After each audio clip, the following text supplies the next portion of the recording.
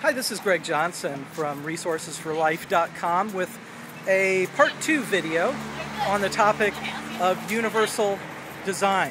Now, if you've seen part 1, you know that universal design is basically creating systems whereby resources and information are easily accessible by all who need to gain access to those. So, simple examples of universal design you've probably seen would be wheelchair accessible buildings.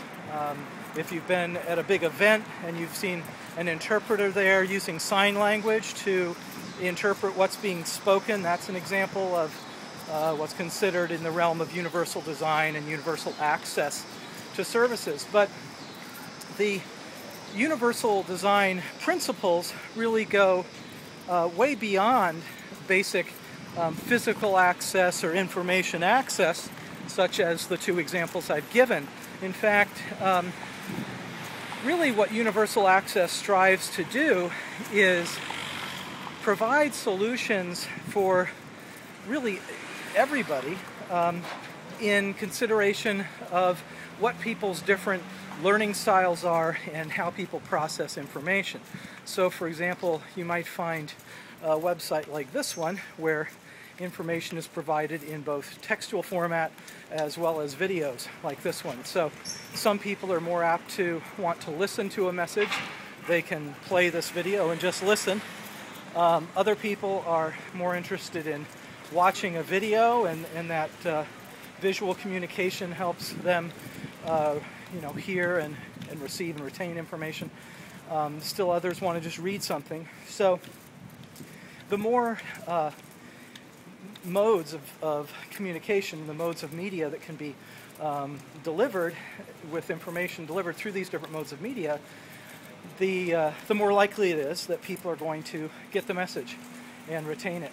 So the interesting thing, I think, is if you've studied the history of sign language, you know that in the past sign language might have been considered a disability, and sign language had not, until recent history, been considered a language. But American Sign Language has now, for many years, been considered a language just like Spanish or French or German or any other language. So when an event has an American Sign Language interpreter available to interpret the event, that would be similar to having an interpreter at an event who would interpret the information into Spanish, for example. Really, I think this is a good illustration of what universal design is all about. It's not requiring people make changes to adapt to access to the information that's available, but to transform information and ideas into formats that are easily accessible to all people. Another consideration would be, let's say there is a computer program that's necessary to access some information.